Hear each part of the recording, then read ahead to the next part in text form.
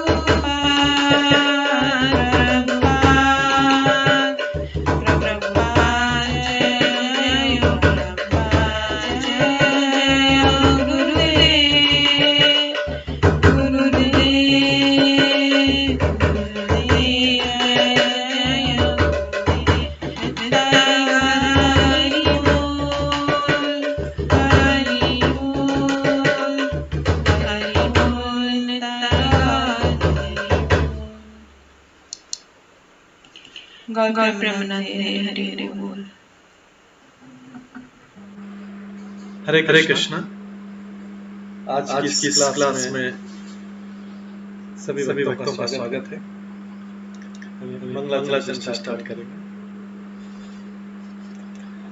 ॐ अज्ञानतिमिरन्दस्य ज्ञानाञ्जनशलाकया चक्षुरुन्मिलितं येन तस्मै श्रीगुरुवे नमः।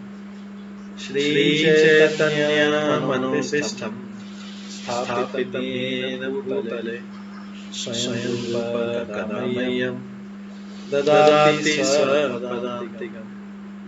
वन्देऽहं श्रीगुरो श्रीयुतपदकमलं श्रीगुरुं वैष्णवांश्च श्रीरूपं साग्रजातं सहगण रघुनाथान्वितं सजीवम् साद्वैतं सावधूतं परिजनसहितं कृष्णचैतन्यदेवं श्रीराधाकृष्णपादां सहगण ललिता श्रीविशाखान्वितांश्च। नमो विष्णुपदाय कृष्णपृष्ठाय भूतले श्रीमते भक्तिवेदान्त स्वामिनिधि नामिने। नमस्ते सरस्वती देवे गौरवाणी प्रचारिणे निर्विशेष शून्यवादी पाश्चात्यदेशाधारिणे। वाञ्छाकल्पतरुभ्यश्च कृपासिन्धुभ्येव च पतितानां पावनेभ्यो वैष्णवेभ्यो नमो नमः। जय श्री कृष्ण चैतन्य प्रभु नित्यानंद श्री अद्वैत गदाधर शिवासादि गौर भक्तवृंद। हरे कृष्ण कृष्ण कृष्ण हरे हरे, हरे राम राम राम हरे हरे। ओम नमो भगवते वासुदेवाय। ओम नमो भगवते वासुदेवाय। ओम नमो भगवते वासुदेवाय। नारायणं नमस्कृत्य नरं चैव नरोत्तमं देवीं सरस्वतीं व्यासं ततो जयमुदीरये।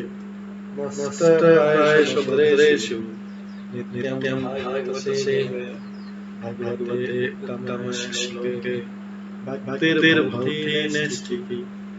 कृष्णाय वासुदेवाय देवकी नन्दनाय च नन्दगोपकुमाराय गोविन्दाय नमो नमः। सर्ववेदान्तसारमे श्रीभागवतमिष्यते तद्रसान्ताप्तस्य नान्यस्यादति क्वचित्। आराध्यो भगवान् विदेश्य अन्यस्तथावृन्दावन् रम्या कचिदुपासना रजगोवर्गया कल्पिता। श्रीमद्भागवतं प्रमाणम् अमलं प्रेममात्रमः।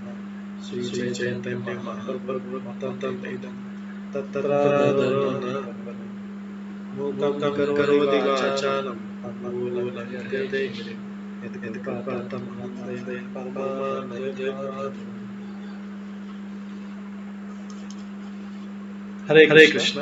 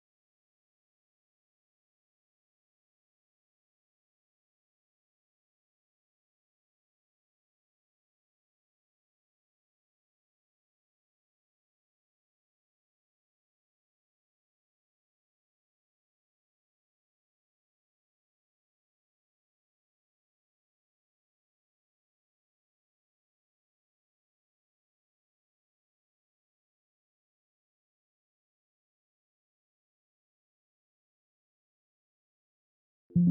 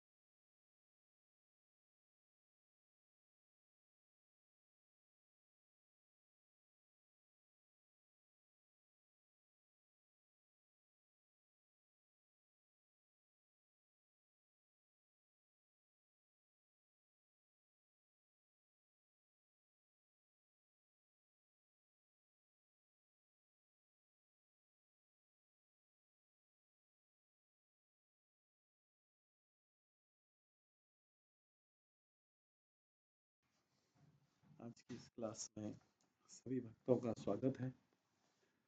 कल हम श्रवण कर रहे थे 10वें स्कंद के 10वें अध्याय से, जिसमें है यमला अर्जुन वृक्षों का उद्धार। हमने श्रवण किया था कि किस प्रकार से व्यर्थ के ऐश्वर्य से जो भी चीज आवश्यकता से अधिक है, चाहे वो धनी हो चाहे निर्धन हो, सभी के लिए ऐश्वर्य है।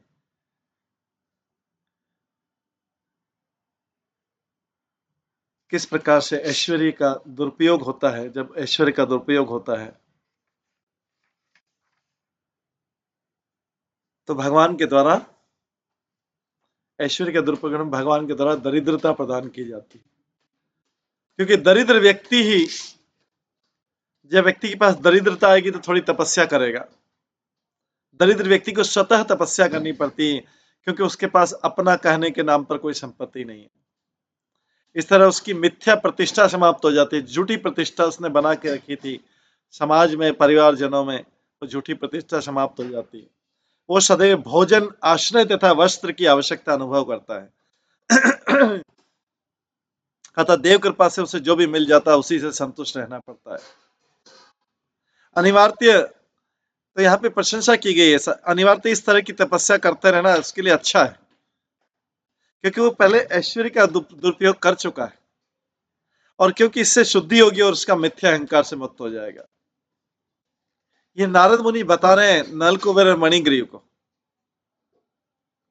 क्योंकि संत पुरुष जो रहते हैं भौतिक मिथ्या प्रतिष्ठा से छुटकारा पाने के लिए, संत पुरुष तो स्वेच्छा से करते हैं, लेकिन जो भौतिकतावादी भी होता है वह स्वेच्छा से तपस्या स्वीकार नहीं करता है, इसलिए उसको दरिद्रता दी जाती है अगर वो ऐश्वर्य का दुरुपयोग करता है। जो स्वेच्छा से ऐसा नहीं करता उसको दरिद्र बनाया जाता है, जिससे उसकी तपस्या हो जाए।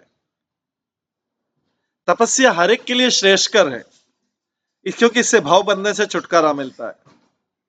अतः जिसे अपनी भौतिक स्थिति का पूर्व काल में गर्व था, उसकी मूर्खता ठीक करने का उपाय कि उसे दरिद्र बना दिया जाए।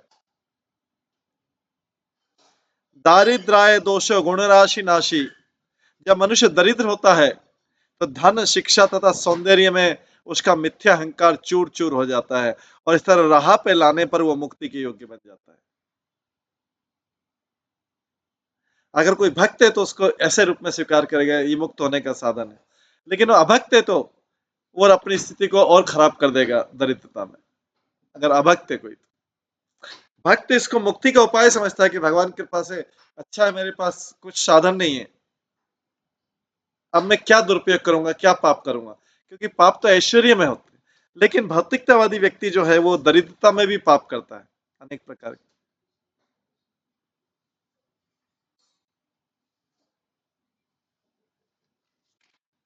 ये किसको समझा रहे हैं? नल कुबेर मणिग्रीव को।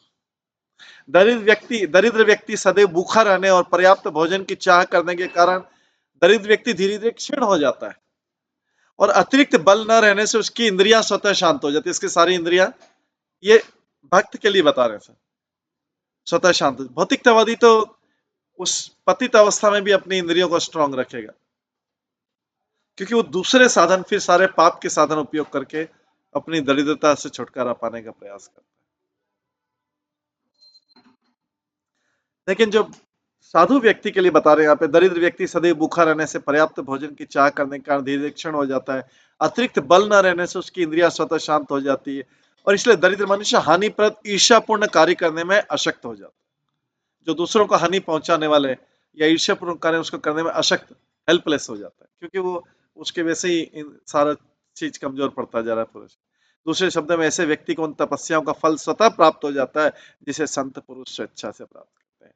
तो बाय डिफॉल्ट अगर कोई इसको स्वीकार करता रहे इसी दरिद्रता को, तो धीरे धीरे उसको मुनि लोगों की जो तपस्या उसका करने का फल मिल जाता है, क्योंकि उसने ऐसी दरिद्रता को स्वीकार कर लिया। अगर कोई भक्त हो, अभक्त हो तो फिर भी वो दूसरे साधनों से फिर से ऐश्वर्य पाने की कोशिश करेगा, उसमें चोरी, धोखाधड़ी, असत्य भाषण और ये इन सब चीजों से किसी तरीके से वो स्ट्रांग होने की फिर से कोशिश करेगा, अपनी इंद्रियों को फिर से। तो दरिद्रता भी एक तरीके से भगवान का वरदान है उन लोगों के लिए जिन्होंने अपने ऐश्वर्य को कभी दुरुपयोग किया था।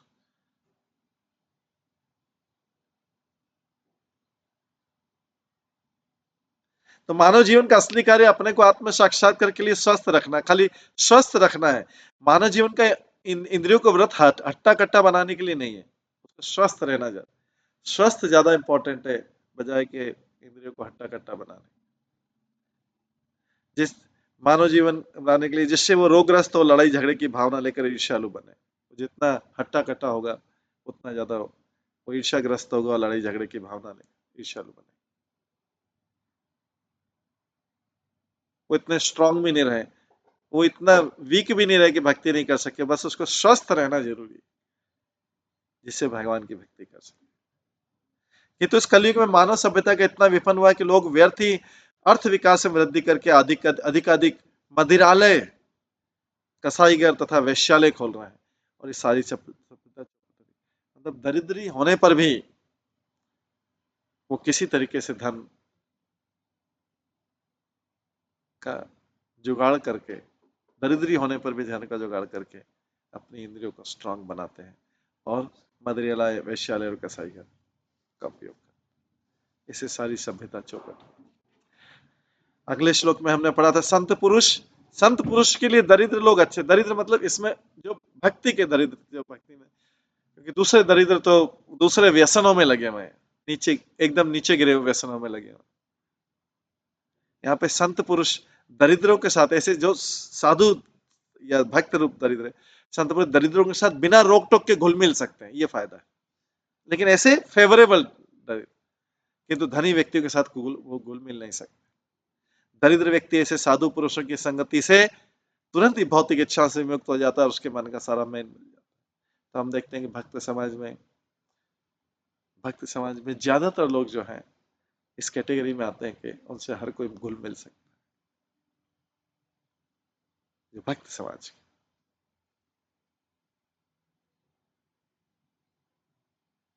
यद्यपि साधु पुरुष निर्धन तथा धनी दोनों को उपदेश देना चाहते हैं, किंतु निर्धन जो है लोग उनके उपदेशों से धनी लोगों की अपेक्षा अधिक लाभ उठाते हैं। निर्धन लोग धनी लोगों के पास, क्योंकि धनी लोगों का बहुत सारा रिस्ट्रिक्शन, उनका अपना स्टेटस है, किससे मिल सकते हैं किससे नहीं मिल सकते, उनका अलग स्टैंडर्ड है, उनका खाने का स्टैंडर्ड, रहने का स्टैंडर्ड सामान्य व्यक्ति से मैच नहीं कर पाएगा। निर्धन व्यक्ति साधुओं को तुरंत स्वागत करता है, उन्हें नमस्कार करता है, उनकी उपस्थिति का लाभ उठाता है। किंतु धनी व्यक्ति अपने दरवाजे पर एक बड़ा शिकारी कुत्ता रखता है, जिससे कोई उसके घर में न घुस सके। वो दरवाजे पर कुत्ते से सावधान लिखी तख्ती टांग देता है और साधु पुरुषों की संगति से कतराता है, जबकि निर्धन उनके लिए अपना द्वार खुला रखता है। साधु पुरुषों, इस तरह से निर्धन लोग धनी लोगों की अपेक्षा अधिक लाभ उठाते हैं। तो यहाँ पे कुत्ता पालना जो है स्टेटस का सिंबल बताया गया, धनी पुरुष। क्योंकि धनी व्यक्ति अपने दरवाजे पर एक शिकारी कुत्ता रखता है, जिससे कोई उसके घर में ना घुस सके। वो दरवाजे पर से कुत्ते से सावधान लिखी तख्ती टांग देता है और साधु पुरुषों की संगति से कतराता है। जबकि निर्धन के लिए उसका साधु पुरुषों के लिए द्वार हमेशा खुला रहता है। निर्धन वो कभी भी साधु आ जाए उसके लिए वेलकम करने को तैयार है, क्योंकि अगर साधु पुरुष 1 घंटे के लिए भी संग दे दिया तो उसमें से 1 मिनट भी कोई ऐसी बात बोल दी जो हम स्ट्राइक कर गए, तो 1 मिनट। साधु संग सर्वशास्त्र का है, लव मात्र साधु संग सर्व सिद्धि हो। लव मात्र साधु, लव मतलब सेकंड का भी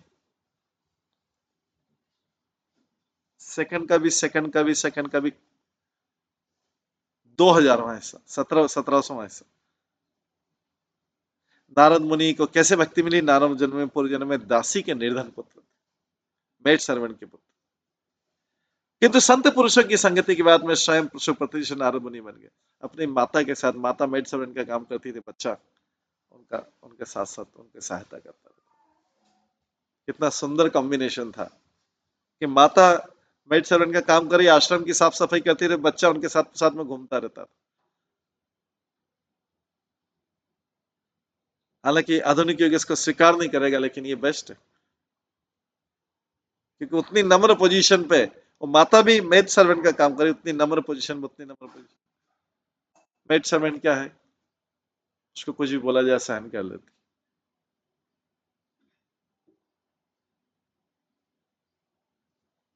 स्पेशली जो पुराने उस टाइम के बताने दास, और आश्रम में सेवा करती थी, बच्चा साथ साथ में घूमता है।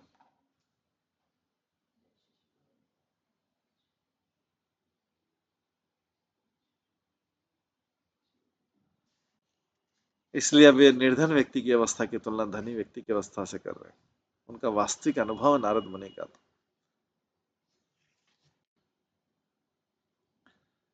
यदि किसी को संत पुरुषों की संगति का लाभ हो सके तो वो उनके उपदेशों से भौतिक इच्छाओं से अधिकाधिक रहित होता जाता है धीरे धीरे। कृष्ण बहिर्मुख हया भोग वांछा करे।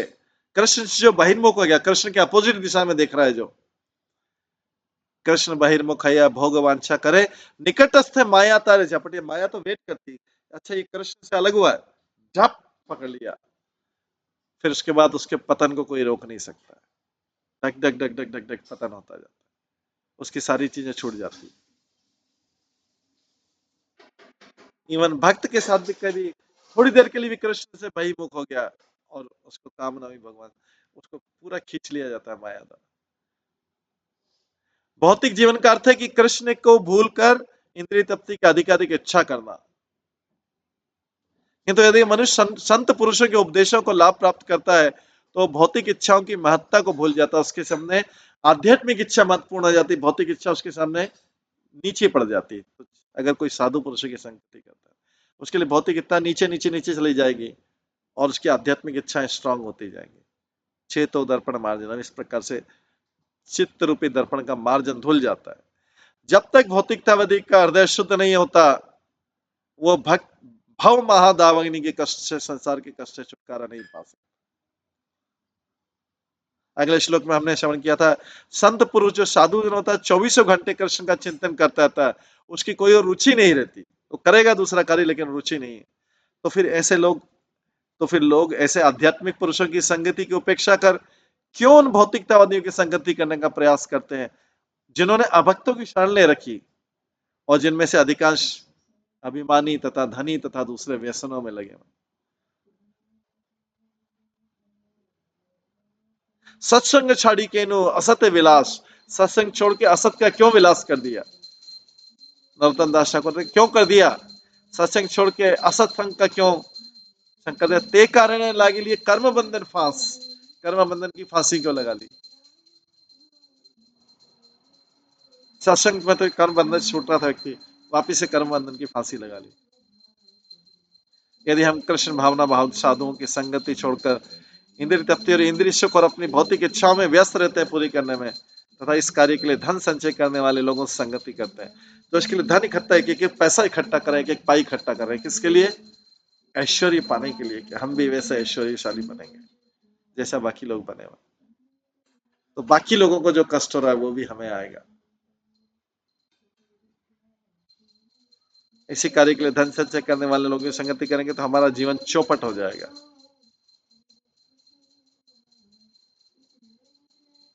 हमारा जीवन चौपट हो जाएगा। असत शब्द अवैष्णव है, अर्थात जो कृष्ण भक्त नहीं है। तो जो भी कृष्ण भक्त नहीं है वो असत है।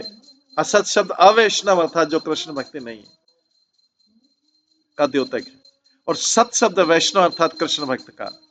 तो मनुष्य को चाहिए कि वैष्णव की संगति करे, अवैष्णव के साथ मेल जोल करके अपना जीवन बर्बाद न करे। उनसे भी जैसे साधु से क्षण भर की संगति से सर्व सिद्धि हो जाती है, ऐसे उनकी क्षण भर की संगति से व्यक्ति का विनाश हो जाता है, उसको रिकवर होने में काफी समय लग जाता है।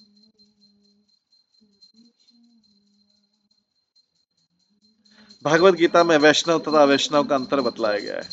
न माम दुष्कृतिनो मूढ़ा प्रपद्यन्ते नराधमा माया अपहत ज्ञान आसुरम भावमाश्रिता।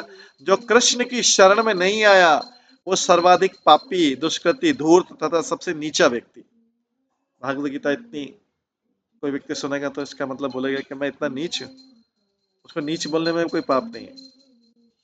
बोला गया सर्वाधिक पापी, दुष्कृति, धूर्त मतलब मूढ़ और सबसे नीचा नराधम व्यक्ति।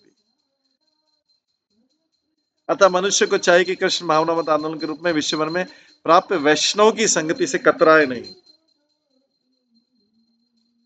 तो अभक्त को उस लेवल तक बोला गया भक्त, क्योंकि अभक्त जी किस लिए रहा है?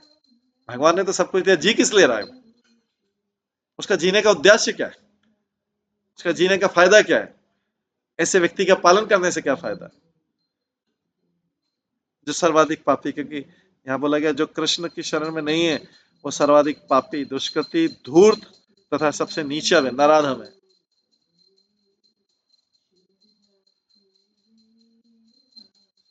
उसको बोलने में हेजिटेशन नहीं होना चाहिए।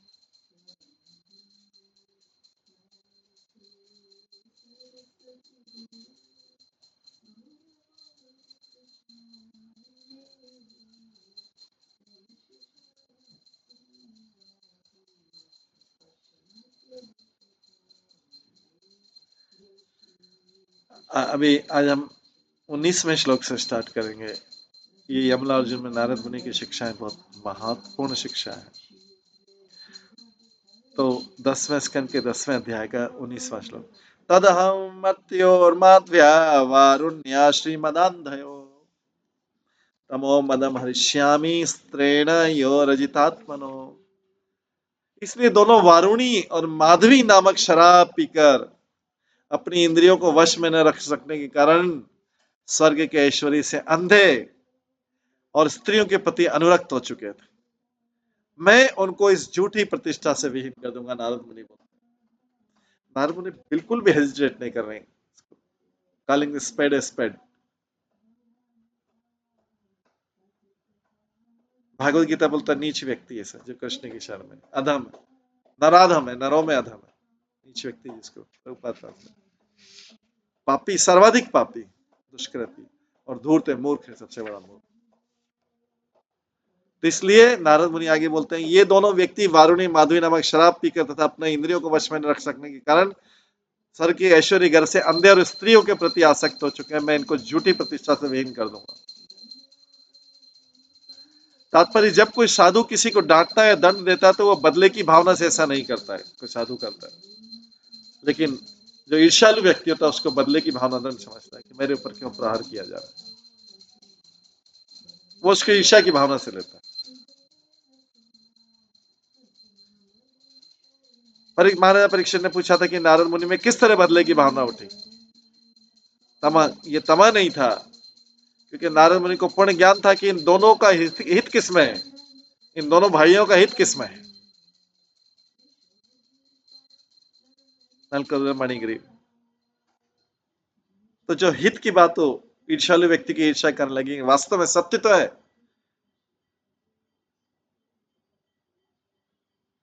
इसलिए उन्होंने विचार किया कि उन्हें किस तरह मार्ग पे लाया जाए। जब तक ऐसे केस में उचित दंड नहीं मिले, अगर ऐसे केस में कोई पैम्परिंग करता रहेगा, पैम्परिंग करता रहता, तो स्थिति और ज्यादा सीरियस होकर बिगड़ जाएगी। पॉइंट ऑफ नो रिटर्न, जहां से रिटर्न ही नहीं हो सकता, कोई रिटर्न का रास्ता नहीं है अगर ऐसे केस में पैम्परिंग की जाए। ऐसे केस में कोई भी दया की जाए।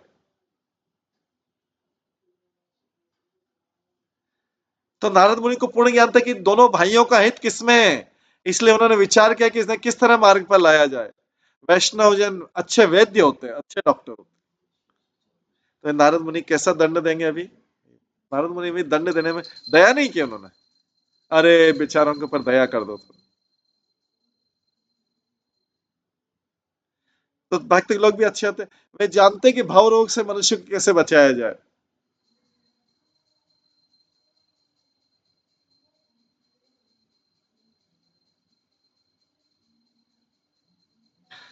वैष्णव जन सदा ही ब्रह्म पद पर स्थित होते हैं।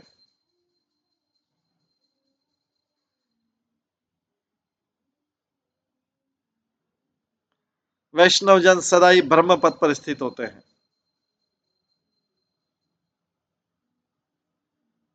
वे ना तो कभी कोई गलती करते हैं, न ही भौतिक गुणों के वशीभूत होते हैं। तो महान वैष्णव के बारे में लिखा है कि वे कभी गलती नहीं करते हैं, ना ही भौतिक गुणों के वशीभूत रहते हैं। वे जो भी कार्य करते हैं सोच विचार कर करते हैं और सबों को भगवत धाम ले जाने के लिए मार्गदर्शक होते हैं। तो यहाँ पे वैष्णव जनों की महान प्रशंसा की, वैष्णव जन कभी भी गलती नहीं करते, ना भौतिक गुणों के वशीभूत होते हैं। वे पूरे सोच विचार कर करते हैं, जो भी काम करते हैं सबों को भगवत धाम ले जाने के लिए मार्गदर्शक।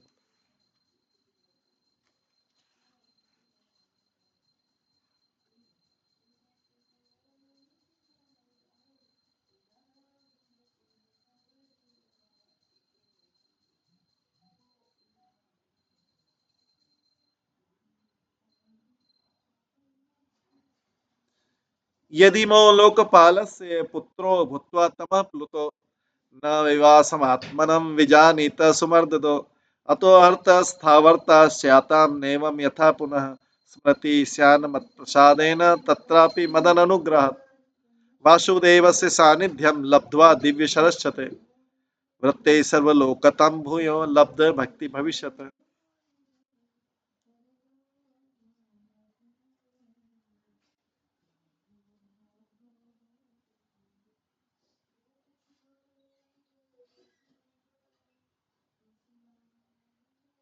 अभी नारद मुनि बहुत कठोरता से कर रहे बात। एक सामान्य व्यक्ति को दया आ जाएगी, यार छोड़ो बेचारों को, माफ कर दो, माफ कर दो। नारद मुनि पहले शाप देते हैं और फिर क्षमा करने के लिए उसमें से कुछ कट कर देते हैं, कुछ कुछ थोड़ी चीज कट कर दी। पहले शाप दे दिया नारद मुनि ने और फिर उसमें से कुछ थोड़ी सी दया करके चलो 100 साल तक रहोगे वहां पे वृक्ष बन के। भौतिकतावादी व्यक्ति था, तो भौतिकतावादी व्यक्ति पर दया करता है। अरे छोड़ो बेचारे, शराब पी लिया, चलो कल से नहीं पिएंगे, परसों से नहीं पिएंगे।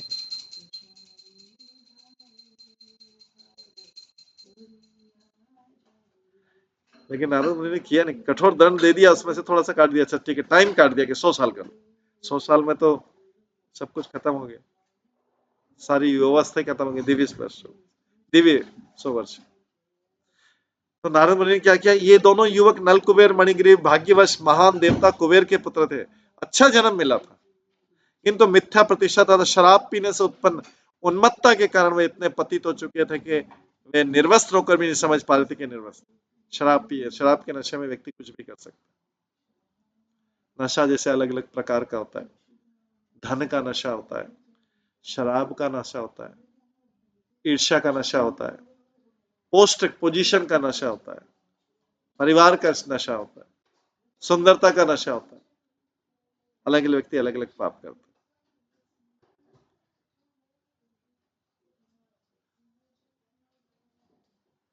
तो ये निर्वस्त्र होकर नंगे को भी नहीं समझ पा रहे कि वे नंगे हैं, अतः वृक्षों की तरह रहने वाले वृक्ष नंगे होते हैं किंतु चेतन नहीं होते।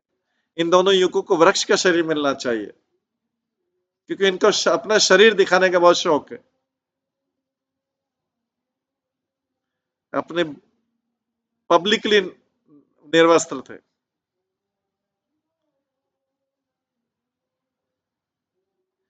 तो इन दोनों युगों को वृक्ष को शरीर मिलना चाहिए, यही इनके लिए समुचित दंड होगा। बहुत भारी दंड था। कौन दे रहे हैं? नारद मुनि। कौन है? महान वैष्णव है। दंड कैसा दे रहे हैं? दंड में कोई दया कर रहे हैं? नारद मुनि है, महान वैष्णव, दंड में तो दया करना चाहिए, और चांस भी नहीं दे रहे हैं। एक ही बार तो हुआ उनके सामने, चांस दे रहे हैं? नहीं दे रहे। ये भगवान के महान भक्त, चांस भी नहीं दिया। इन दोनों युगों को वृक्षों का शरीर मिलना चाहिए, यही इनके लिए समुचित दंड होगा। फिर भी वृक्ष बनने से लेकर अपने उद्धार तक इन्हें मेरी कृपा से अपने विगत पाप कर्मों की याद बनी रहेगी। ये सबसे बड़ी बात है कि एक व्यक्ति को अगर अपने पाप कर्म याद रहेंगे तो आगे पाप नहीं करेगा, नहीं तो करता रहेगा नॉन स्टॉप, जब तक उसको याद नहीं रहे कि मैंने पाप कर। नारद मुनि का काम है, नारद मुनि का दंड भी देके पाप कर्मों की याद भी दिलाएंगे। यही वैष्णव का कार्य। अगर वो वैष्णव को इग्नोर करता है तो इसका मतलब है कि उसका उद्धार में कोई इंटरेस्ट नहीं। ये सब भगवान के बिहाफ पे कर रहे हैं, क्योंकि भगवान को भी तो आते हैं। भगवान किस लिए आते हैं? परित्रणाय साधुना विनाशाय च दुष्कृतम। मास स्केल पे जब दंड देने आते हैं भगवान, और भक्त लोग छोटे छोटे स्टेज पे भगवान के बिहाफ पे दंड देते हैं, क्योंकि अल्टीमेटली भगवान का कार्य भी उद्धार करना है, भक्त का कार्य वैष्णव का भी उद्धार करना है। ये ईर्ष्यावश नहीं करते।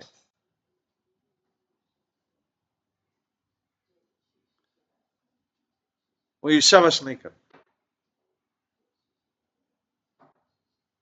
लेकिन भौतिकतावादी लोग समझते हैं ईर्ष्यावश ऐसा किया जा रहा है, इसलिए भक्तों से ईर्ष्या करने लगते हैं।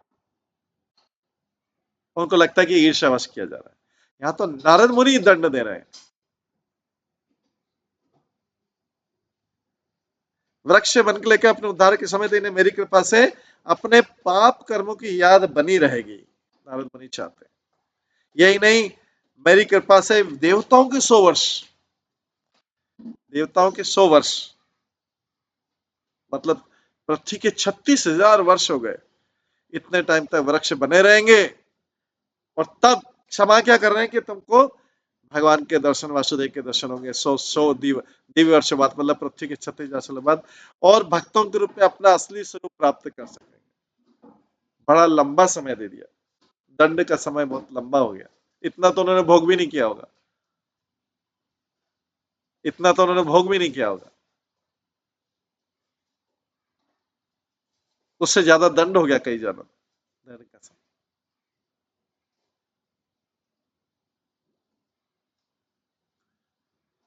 और तब भगवान वासुदेव का दर्शन कर सकेंगे और भक्तों के रूप में अपना असली स्वरूप प्राप्त करेंगे। तो सामान्य जनरल इमेज बनती कि भक्त लोग क्षमा कर देते हैं, सामान्य जनरल इमेज है कि भक्त लोग क्षमा कर देते हैं,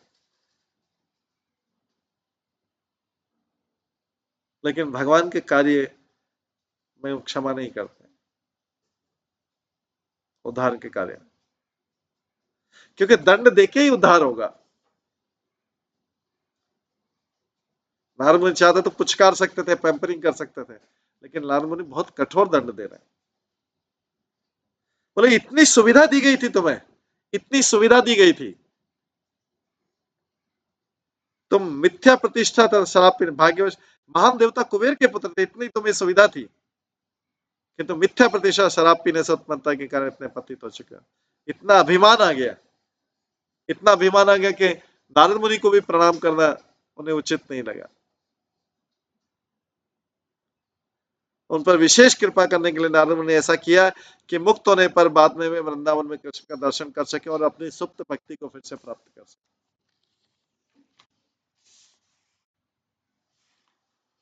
तो इसमें बताया कि स्वर्ग लोक का एक दिन हमारे 6 महीने के बराबर होता है, एक रात भी। यद्यपि स्वर्ग के देवता भोगी होते हैं, किंतु वे सब भक्त हैं, इसलिए देवता कहलाते हैं। व्यक्ति 2 प्रकार के, तो देव और असुर। असुरगण कृष्ण के साथ अपने संबंधों को भूल जाते हैं बार बार। आसुरम भावम आश्रिता, कि तो देवताओं को याद रहता है, देवता भोग करते हुए भगवान की याद रखते हैं भगवान। दो भूत सर्गो लोकस अस्मिन देवासुर च विष्णु भक्त स्मृतो देवासुर विप्र, पद्म पुराण। शुद्ध भक्त तथा कर्म मिश्रित भक्त का अंतर इस प्रकार है।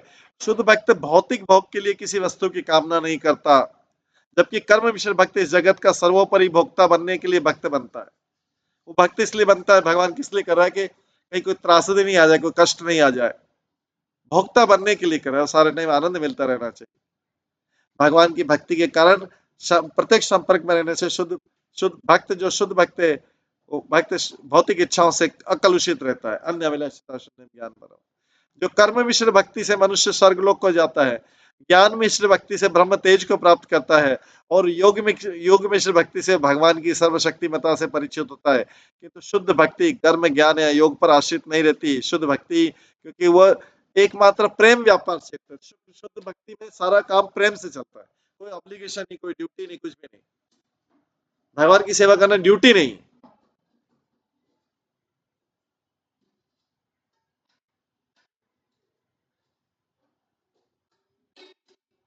भगवान की सेवा ड्यूटी नहीं है।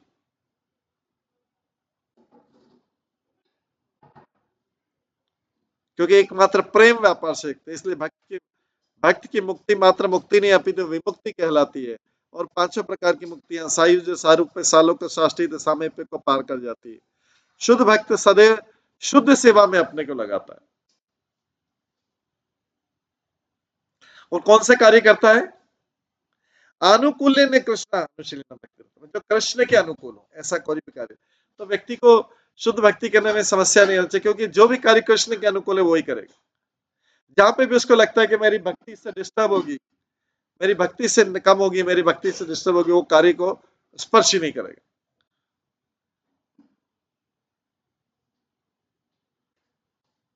कि इससे मेरी भक्ति डिस्टर्ब होगी। देवता के रूप में स्वर्ग में जन्म लेने से अधिक शुद्ध भक्त बनने का तथा भगवत धाम जाने का अवसर प्राप्त होता है। नारद मुनि ने प्रकारांतर से मणिगुणी तथा नल कुबेर को अपना तथाकथित शाप से बहुत बड़ा अवसर प्रदान किया था।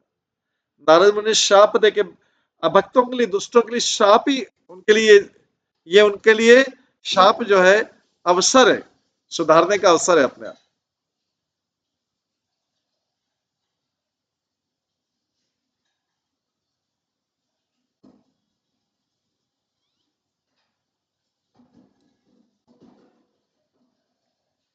श्री शुकवाच एवं उक्त्वा स देवर्षि गतो नारायणाश्रमम् नलकुबेर मणिग्रीवा वासो तुर्यम यमलार्जुन। सुखदेव गोस्वामी ने आगे कहा, इस तरह कहकर देवर्षि नारद अपना आश्रम नारायण आश्रम को लौट गए, शाप दे के लौट गए, और नल कुबेर तथा मणिग्रीव जुड़वा वृक्ष बन गए। उसी समय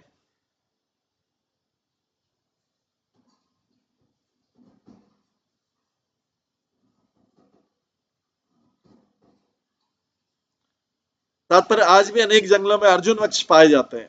ये जुड़वा अर्जुन था, इसलिए यमला अर्जुन बोला गया, जिनकी छाल,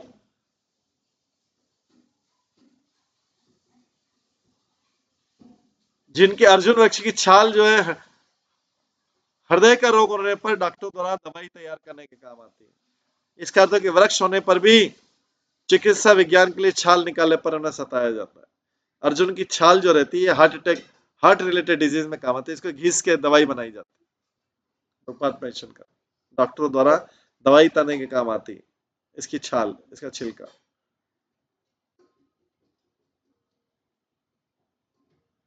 ऋषे भागवत मुखस्य सत्यम कर्तुम वच हरि जगाम शन के तत्र यत्र आस्नाम यमलार्जुन।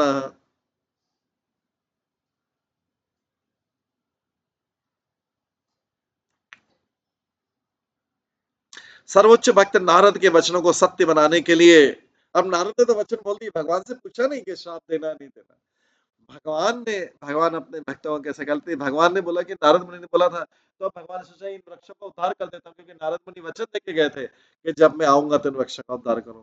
इसलिए भगवान जो है यमला अर्जुन वृक्ष का उद्धार किया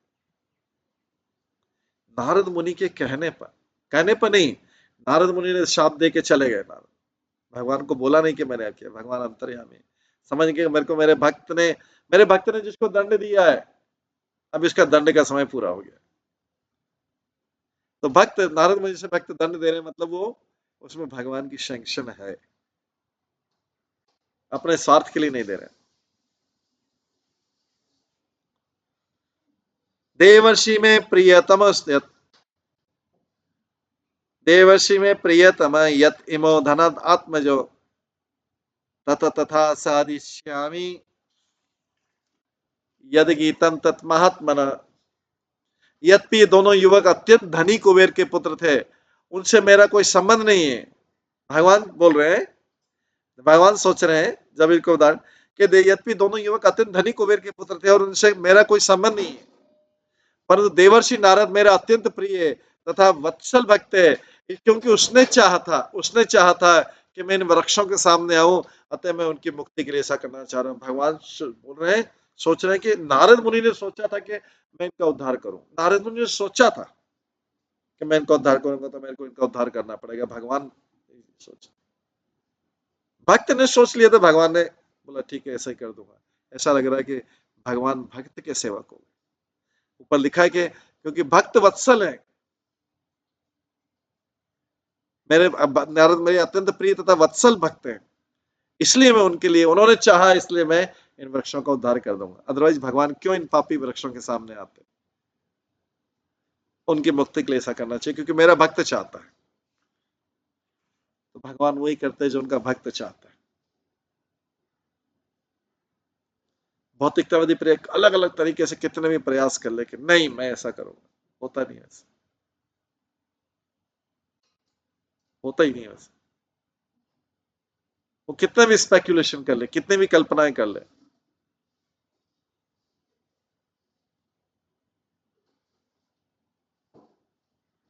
जब तक कि उसमें भक्ति की कृपा नहीं।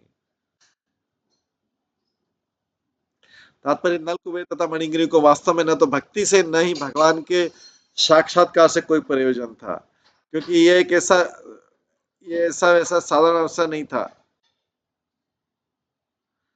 ऐसा नहीं कि यदि कोई धनी या विद्वान हो तो उच्च कुल में जन्मा हो तो भगवान का साक्षात्कार हो जाएगा, ऐसा असंभव है। भगवान तो दरिद्र व्यक्ति को, जो भक्त हो दरिद्र व्यक्ति को ज्यादा जल्दी मिलते हैं, अगर दरिद्र व्यक्ति उस दिशा में प्रयास करे। तो इस मामले में नारद मुनि की इच्छा थी कि नल कुबेर तथा मणिगिरी वासुदेव का प्रत्यक्ष दर्शन करें, अतः भगवान ने अपने प्रिय भक्त नारद मुनि के वचन को पूरा किया।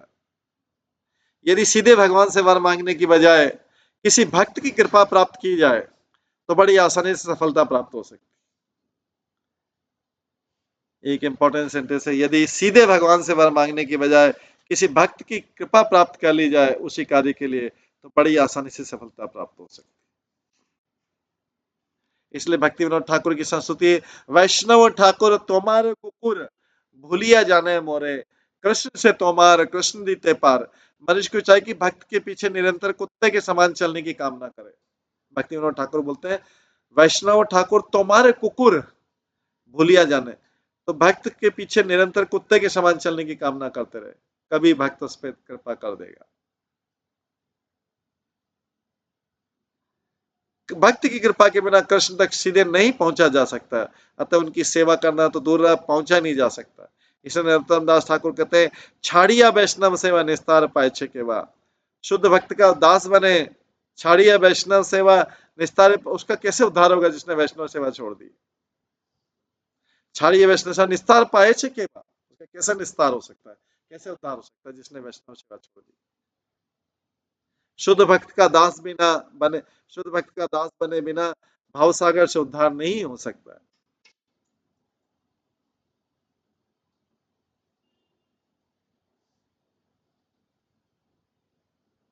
हमारे गौड़ी वैष्णव समाज में रूप गोस्वामी का अनुसरण करते हुए हमारा पहला कर्तव्य प्रामाणिक आध्यात्मिक गुरु की शरण में जाना।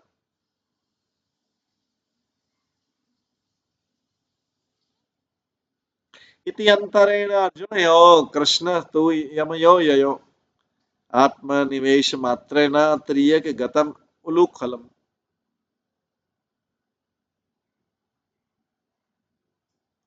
इस तरह का कर कृष्ण तुरंत ही अर्जुन वृक्षों के बीच में प्रविष्ट हुए।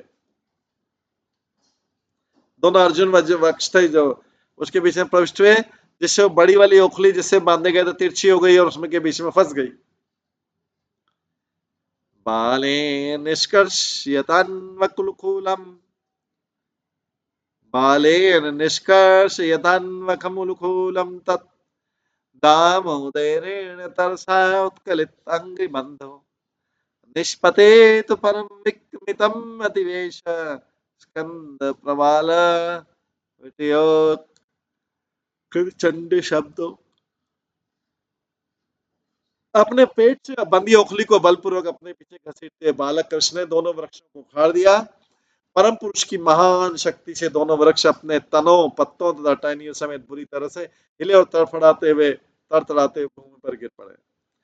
तात्पर्य कृष्ण की लीला दामोदर लीला कहलाती है, इसलिए कृष्ण का एक नाम दामोदर है। हरिवंश में कहा गया सच तेन वे नामना तो कृष्ण वे दाम बंधनात् गोष्ठे दामोदरिति गोपी भी परिगीयते। इसके बाद आगे बोलते हैं तत्र श्रिया परमया कुकुबा स्फुरन्तो सिद्धो पेत्य कुजयो इव वेदा कृष्णं प्रणम्य शिरसाखिलोकनाथं बद्धांजलि विरजसो इदम उच्युतस्म। तत्पश्चात जिस स्थान पर दोनों अर्जुन वृक्ष गिरे वहीं पर दोनों वृक्षों में से दो महान सिद्ध पुरुष निकले जो साक्षात अग्नि जैसे लग रहे थे, बाहर निकल आए। उन्होंने उनके सौंदर्य का तेज चारों ओर प्रकाशित हो रहा था। उन्होंने नतमस्तक होकर कृष्ण को नमस्कार किया और हाथ जोड़कर निम्नलिखित शब्द कहे। कृष्ण को प्रणाम करके इस प्रकार से बोल रहे हैं कृष्ण कृष्ण महायोगी त्वमाद्य पुरुष पर व्यक्ता व्यक्तम इदम विश्वम रूपम ब्राह्मणा विदु। हे कृष्ण बार बार प्रार्थना करें आपकी योग शक्ति अचिंत है। अभी तड़तड़ाते हुए गिरे तो हे कृष्ण कृष्ण आपकी योग शक्ति अचिंत है। आप सर्वोच्च आदि पुरुष हैं। आप समस्त कारणों के कारण हैं। आप अपने पास रखकर भी दूर हैं और बुझ भौतिक सृष्टि से पर हैं। विद्वान ब्राह्मण को जानते इस वैदिक कथन के आधार पर आप सर्व सर्वमय होनी विराट विश्व अपने स्थूल ब्रह्म शरीरों में आपका ही स्वरूप है। तात्पर्य नल कुबेर तथा मणिगिरि नामक दोनों देवता अपना निरंतर स्मृति के कारण नारद मुनि की कृपा से कृष्ण की श्रेष्ठता को समझ 100 साल तक कृष्ण को याद रखा। ऐसा दंड देने पे मनुष्य बिना दंड दिए जब तक उसको दंड नहीं मिले वो नहीं कर सकता है। इस कलयुग में स्पेशल स्वेच्छा से नहीं करेगा।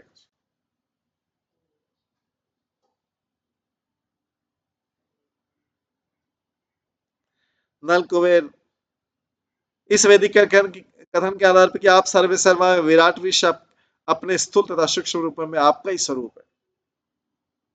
अब समझ में आया इनको। तात्पर्य नल कुबेर तथा मणिग्रह नामक दोनों देवता अपनी निरंतर स्मृति के कारण नारद की कृपा से एक तो स्मरण रखा और नारद की कृपा हुई कृष्ण की श्रेष्ठता को समझ सके भगवान को समझ सके। अब उन्होंने स्वीकार किया कि ये आपकी योजना थी कि नारद मुनि के आशीर्वाद से हम सबका उद्धार हो।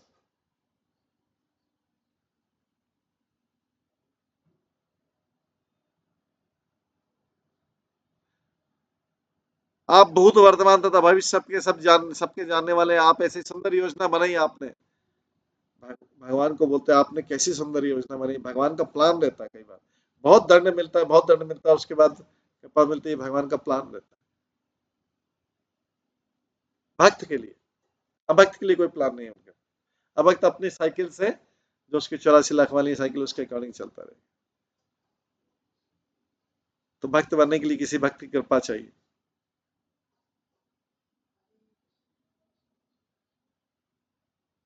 तो आपने ऐसी सुंदर योजना बनाई थी कि हम यहाँ पर जुड़ो अर्जुन वृक्ष के रूप में खड़े रहे किंतु हमारे उद्धार के लिए छोटे बालक के रूप में आप प्रकट हुए। ये आपकी अचिंत योजना थी कि आप परम पुरुष होकर कुछ भी कर सकते हैं। भगवान की कैसी योजना बनती है।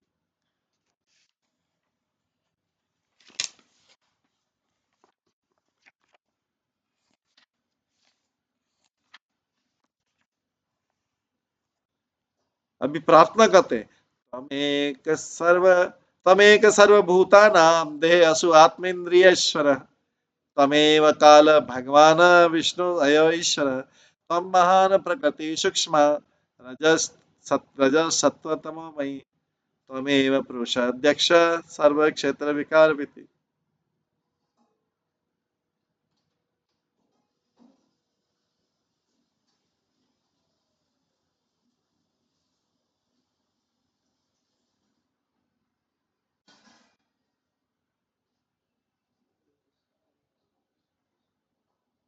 आप हर वस्तु के नियंता भगवान है, आप हर वस्तु के नियंता भगवान है, आप ही हर जीव का शरीर प्राण अहंकार तथा इंद्रिया है। आप परम पुरुष अक्षय नियंता विष्णु है। आप आपका आप काल तत्कालिक कारण तीन गुणों सतो रजो तथा तमोगुण वाली भौतिक प्रकृति है। आप इस भौतिक जगत के आदि कारण है। आप परमात्मा है, अतः आप हर एक जीव के हृदय की बात को जानते हैं।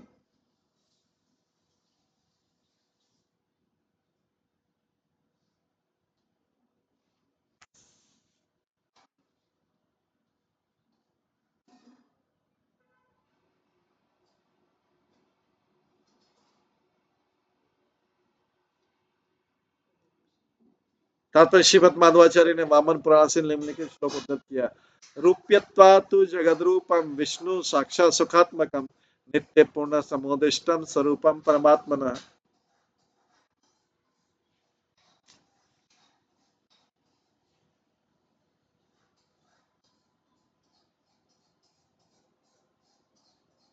ग्रहमाणे त्वमग्रा विकारे प्राकृते गुणे कनु यह अर्ति विज्ञातुम प्राक सिद्धम गुण स्व।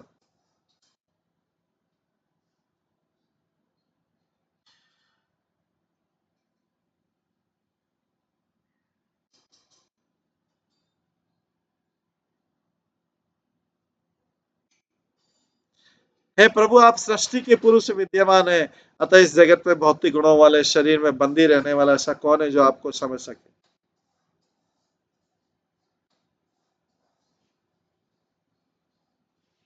तात्पर्य कहा गया है, अतः श्री कृष्ण नामादि न भवेद ग्रहम इंद्रिय सेवन मुखे जीवादो स्वयं स्फुर्दियत।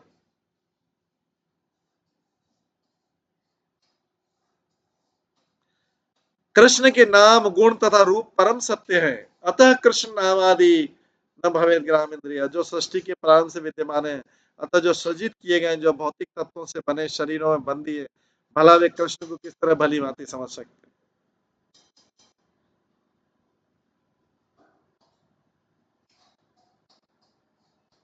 ऐसा संभव नहीं है कि तो सेवन मुख ही जीवा दो स्वयं स्फुरित, जो भक्ति में लगे हुए उनके समक्ष कृष्ण प्रकट होते हैं।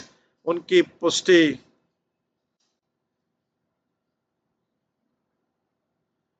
उसकी पुष्टि भगवत गीता में कि स्वयं भगवान ने की भक्त्या मामा भी जाना थी। कभी कभी श्रीमद भागवतम में दिए गए कृष्ण विषयक विवरणों का मंद बुद्धि वाले और अल्प के लोग गलत अर्थ लगा लेते, अतः उन्हें जानने का सर्वोत्तम उपाय कि शुद्ध भक्ति में प्रवृत्त हुआ जाए। भक्ति में जो जितनी प्रगति करता है वो उन्हें यथार्थ रूप में उतना ही अधिक समझ सकता है। इवन भागवतम की चीजें भी, भगवत गीता की चीजें भी, भक्ति में जो जितनी अधिक प्रगति करता है वो उन्हें यथार्थ जैसा समझना चाहिए वैसा ही समझता है। नहीं तो लोग उसका अलग अलग मीनिंग निकाल लेते हैं। यदि भौतिक पद से कृष्ण को समझा जाए कि कृष्ण ही सब कुछ है, इस संसार की किसी वस्तु को देखकर कृष्ण समझा जा सकता है, किंतु ऐसा संभव नहीं है। मया तदमिदं सर्वं जगत व्यक्त मूर्ति न मत्स्थानी सर्वभूतानि न चाहम तेष अवस्थिता। सारी वस्तुएं कृष्ण पर टिकी है और सारी वस्तुएं कृष्ण है, किंतु भौतिक पद पर स्थित व्यक्तियों को इसकी अनुभूति नहीं हो पाती।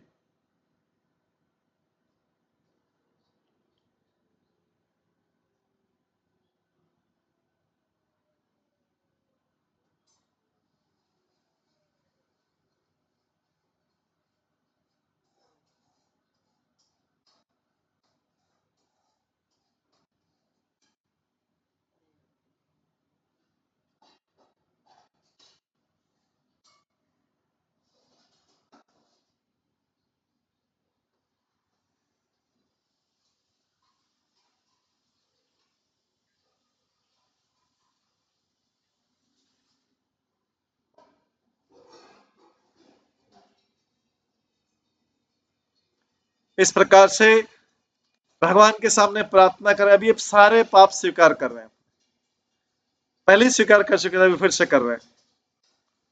ये क्या, उचित दंड मिलने के बाद। तो इसलिए ये जरूरी है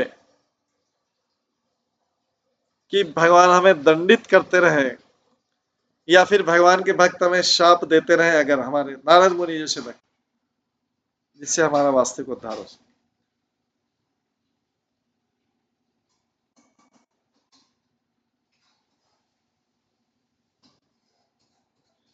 इसके बाद आगे भी है, वो भगवान की प्रार्थना कर रहे हैं दोनों, अभी छुटकारा पाने के बाद में। लेकिन अब इसको आज हम यहीं पे विराम देते हैं। सभी भक्तों का बहुत बहुत धन्यवाद। सब भक्तों के लिए एक बार हरे कृष्ण महामंत्र का जप करते हैं। हरे कृष्णा कृष्णा कृष्णा हरे हरे, हरे राम राम राम। श्रीमद् भागवतम महापुराण की जय, श्री प्रभुपाद की जय, सभी भक्तगणों की जय। हरे कृष्ण।